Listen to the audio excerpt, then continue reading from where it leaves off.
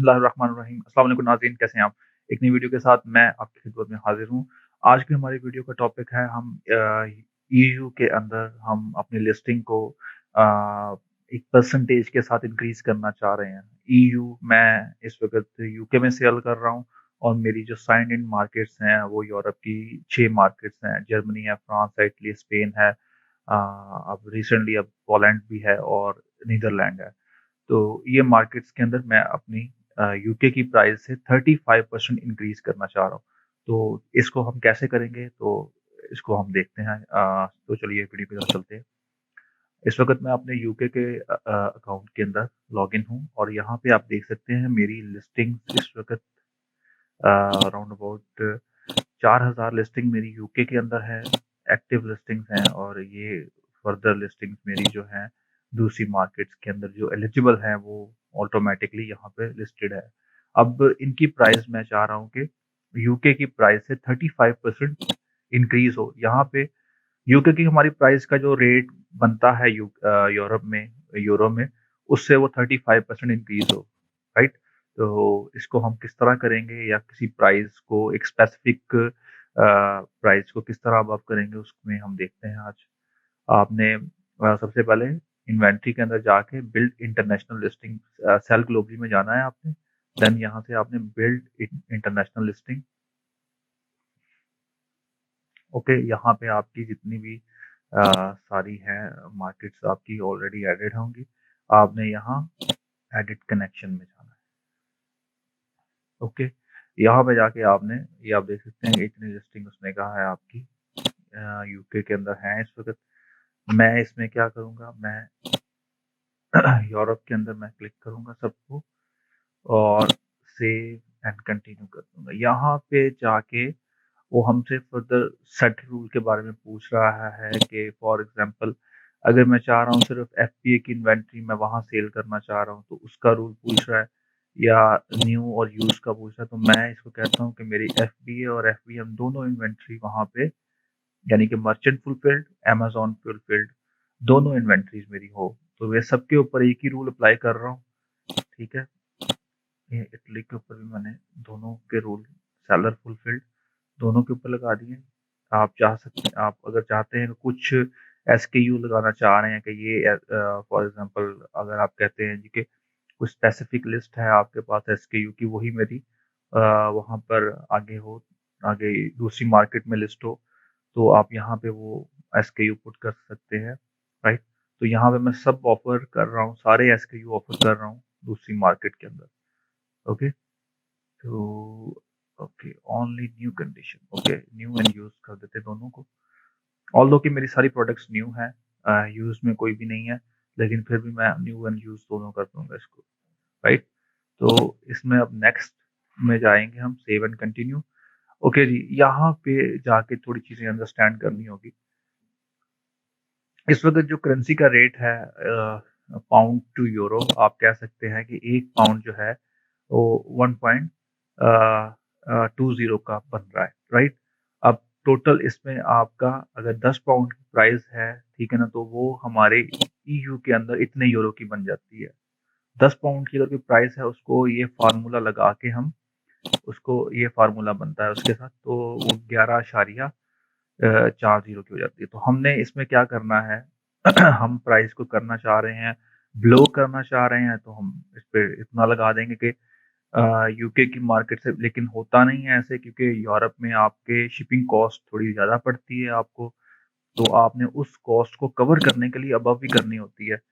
तो मैं इसके ऊपर अपना जो मैंने डिसाइड किया हुआ है अपने शिपिंग कंपनीज के साथ जो मेरी डन हुआ है, उसको मैं देखते हुए इसको 35% इंक्रीज पे लेके जाऊंगा। मैं यहाँ से मल्टीपल ऑप्शंस हैं, या तो मैं सेम मार्केट प्राइसेस रख सकता हूँ, ठीक है, या सेम एज सोर्स मार्केट, जो मेरी सोर्स मार्केट मेरी यूके है वो प्राइस है, एडजस्ट विद टैक्सेस। यहाँ पे मैं कुछ टैक्सेस की फीसेस वगैरह पीछे मैं इसके ऐड कर दूंगा, ठीक है ना, तो वो ऑटोमेटिकली मतलब जो हमारे जर्मनी के टैक्सेस वगैरह हैं वो उसके अंदर ऐड करके, जो कि मैं अब, अगर आप कहते हैं कि नहीं मैं जी एक परसेंटेज के साथ चाह रहा हूँ प्राइस इंक्रीज हो जाए, जैसे कि मैं आप चाह रहा हूँ कि 35% इंक्रीज हो, तो मैं यहाँ पे 35 कर दूंगा, या जितना भी मैं चाह रहा हूँ कम करना चाह रहे हैं तो बिलो कर सकते हैं, फिक्स करना चाह रहे हैं fix amount above the source price, ठीक है ना।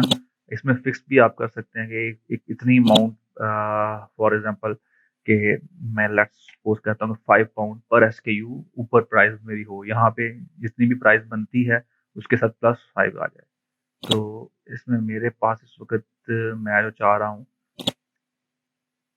इसमें मैं अबव करना चाह रहा हूँ 35%, तो मैं सबके साथ 35% अबव कर दूंगा, ठीक है। एफपीए और सेलर फुलफिल्ड, राइट।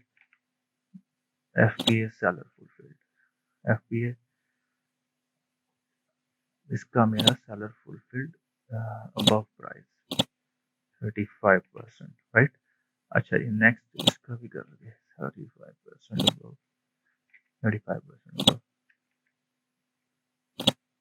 35%। ले जी, कंप्लीटली हो गया। इसको एक बार फिर दोबारा अंडरस्टैंड मैं आपको करवा देता हूँ क्या है क्या इसमें। पहली प्राइस है, इसके अंदर उसने बताया है कि आप इसमें खुद कुछ टैक्सेस अमेज़न ऐड कर देगा, टैक्सेस और फीस वगैरह जो है वहाँ पे लगती है, वो लिस्टिंग के साथ ऑटोमेटिकली खुद आपका वेट साइज देखते हुए ऐड कर देगा प्राइस को, ठीक है। सेम प्राइस जो भी आप यूके में दे रहे हैं उसके ऊपर ऑटोमेटिकली वो टैक्सेस और फीस वगैरह ऐड करके जो टैरिफ के चार्जेस हैं ऐड कर देगा। सेकंड हमारे पास ऑप्शन है same as source market price, right.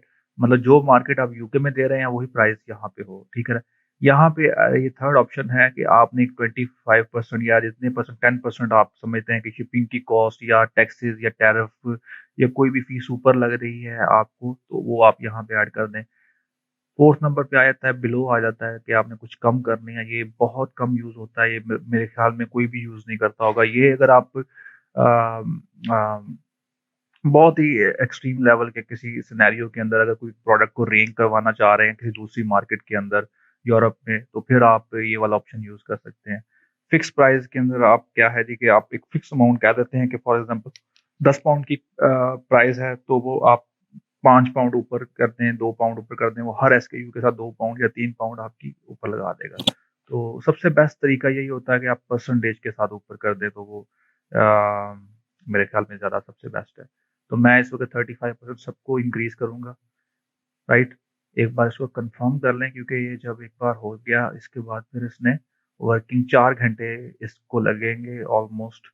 पहले भी हो सकता है, लेकिन ज़्यादातर टाइम जो है ना 4 घंटे का इसने दिया होता है। यहाँ पे 35% रह गया था, ओके। तो ये एक चीज़ लाजमी याद रखें कि हायर प्राइस मार्क इसमें सेल्स के लो होने के चांसेस होते हैं, क्योंकि ये ब्रेक्सिट हुआ है, इसकी वजह से कुछ चीज़ें हमारी चेंज हुई हैं, सेलिंग के पैटर्न चेंज हुए हैं, हमारे चार्जेस कुछ ज़्यादा हमें पड़ रहे हैं, तो हमने उसको कवर अप करने के लिए फिलहाल प्राइस सेट की है, ठीक है ना। तो over 50% of seller use same. हाँ, यहाँ पे एक चीज़, हाँ यहाँ पे 50% उसने कहा कि सेलर ये वाला टैग यूज करते हैं, ठीक है ना। मानिए कि जो प्राइस आप वहां पे दे रहे हैं, क्योंकि अब ब्रेक्सिट की वजह से चीजें थोड़ी सी चेंज हुई हैं, तो उन चीजों को देखते हुए हम सेम नहीं करेंगे, हम अबव में लेके जाएंगे इसको, ओके, राइट जी। सेव एंड कंटिन्यू करते हैं उसको आगे।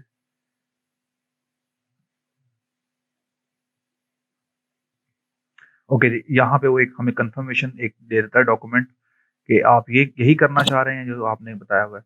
एक बार इसको रिव्यू कर लें, ठीक है ना। ये उसने बताया जीबीपी 1 जीबीपी 1 पाउंड जो है इतने यूरो का बनता है, ठीक है ना। उसके ऊपर हम अब 35% आपकी इसके ऊपर 35% करेंगे, जो भी आपकी प्राइस होगी। यहाँ पे अगर 10 पाउंड है तो ये जितना बनता हुआ उसके ऊपर हम यहाँ इसकी प्राइस के ऊपर 35% ऊपर करेंगे, राइट। ये सब आप देख लें एक बार, ठीक है ना। इसको कंफर्म कर लें, देन आप इसको सेव एंड कंटिन्यू कर दें और एग्री कर लें, इसको एग्री एंड क्रिएट। ओके जी, ये अब हमारा हो गया है।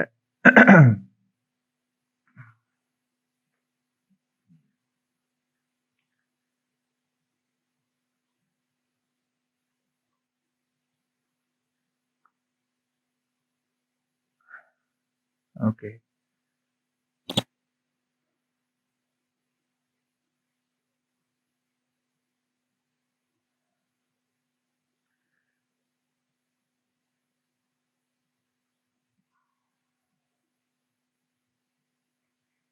अच्छा जी, यहाँ पे आप देख सकते हैं कि हमें वो बता रहा है कि 4 आवर्स आपको लगेंगे इस सारे प्रोसेस को होने में। इसको बेटर है कि इस टाइम के दौरान आप किसी किस्म की भी अपनी यूके की मार्केट के अंदर भी काम ना करें, मतलब कोई एसकेयू अगर आप उसको अपडेट कर रहे हैं टाइटल वगैरह तो उसको भी ना करें। और यार अगर अपनी यूके की मार्केट यूरोप की मार्केट में कोई काम कर रहे हैं तो वो भी आप छोड़ दें, क्योंकि ये 4 घंटे बाद जब ये कम्प्लीटली डन हो जाएगा, जो कि उससे पहले भी हो जाता है मेरे ख्याल में, तो उसके बाद आप फिर इसके ऊपर वर्क करें। उम्मीद करता हूँ आपको वीडियो पसंद आई होगी। अपना अपने फीडबैक से मुझे लाजमी अपडेट कीजिएगा। अल्लाह हाफ़िज़।